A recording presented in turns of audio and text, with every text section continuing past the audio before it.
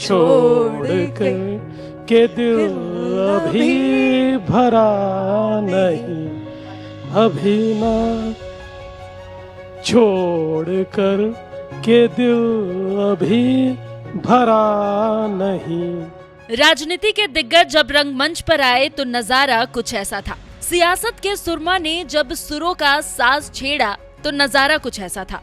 यूं तो कला और राजनीति के बीच गहरा फासला है, लेकिन यह फासला उस वक्त मिटने लगा जब राजनीति के धुरंधर कला के रंग में रंग गए। ये रंग चढ़ा है महाराष्ट्र के मुख्यमंत्री देवेंद्र फडणवीस पर, जिन्होंने सुरों की मलिका आशा भोसले के साथ उन्हीं का गाना गुनगुनाया तो हर कोई हैरान रह गया।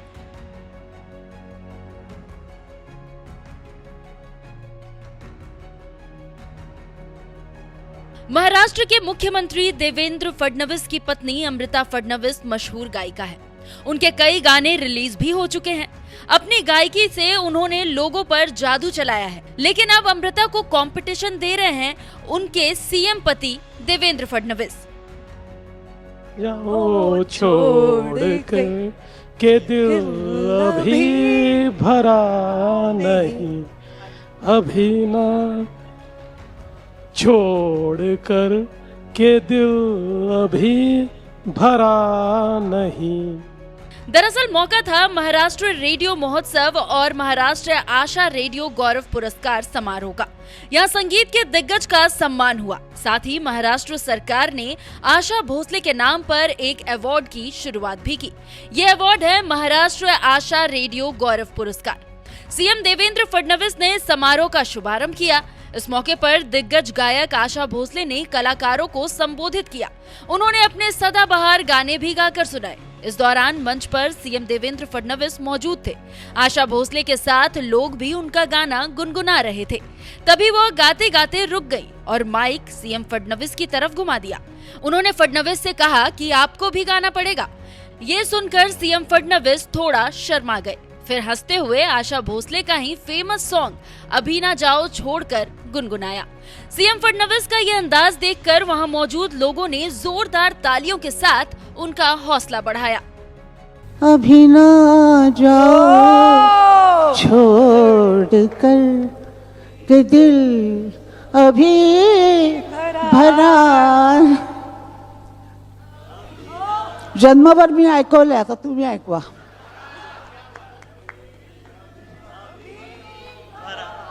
एवरीवन, क्या बात।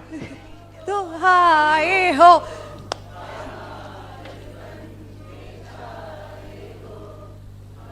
हे तुम्ही गाऊ शकता आता। एक एक लाईन। अब तो फायनली सर तुम्ही सगळ्यांनी म्हटलं की तुमच्यासोबत म्हणतो बघा मी। म्हणा तुम्ही, चालू करा ना। जाओ छोड़ कर के दिल अभी भरा नहीं, अभी ना छोड़ कर के दिल अभी भरा नहीं। सीएम फडणवीस के गाना गाने के बाद आशा भोसले ने कहा, मेरे भाई और आपके मुख्यमंत्री देवेंद्र हमेशा मुझसे गाना सुनते हैं। आज मैंने इनको गाना गाने पर मजबूर कर दिया। आपको मुझे धन्यवाद कहना चाहिए। मुझे इसके लिए धन्यवाद कहिए और बहुत याद रखिए कि एक चीफ मिनिस्टर को मैंने गवाया और एक मेरे भाई को मिनिस्टर को गवाया। वो मुझसे हमेशा गवाते हैं और मजाक करते हैं। अब मैं इन लोगों का ऐसा मजाक, क्योंकि आपने गाया इसलिए मैं बहुत बहुत आभारी हूँ, बहुत बहुत आभारी हूँ। कार्यक्रम के बाद आशा भोसले ने सीएम फडणवीस का आभार जताया। उन्होंने कहा, मेरे सम्मान में मेरे नाम से रेडियो को बढ़ावा देने के लिए शुरू की गई महाराष्ट्र सरकार की मुहिम सराहनीय है। आज का दिन जो है वो संगीत का दिन है और आज मुझे एक अवार्ड मिला है जो अवार्ड मेरा नहीं है, मतलब मेरा अवार्ड दूसरे को मिलने वाला है। मेरे नाम का अवार्ड है और वो अवार्ड जो रेडियो चल रहे हैं, जितने भी एफएम वगैरह वगैरह वगैरह चल रहे हैं, उनके लोगों को जो अच्छा करेंगे सबका, उनको अवार्ड मिलेगा। ये हमेशा से मिलेगा, जब तक महाराष्ट्र है तब तक वो अवार्ड मिलता ही रहेगा।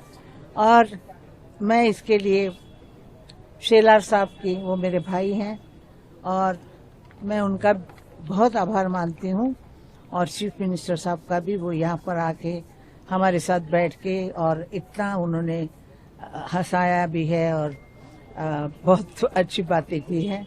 उनके भी मैं बहुत आभार मानती हूँ। और भाई का आभार तो मानना ठीक नहीं होता, लेकिन मैं फिर मानती हूँ और आप सब लोगों को आशीर्वाद देती हूँ। आप में सब में मैं बड़ी हूँ उम्र में।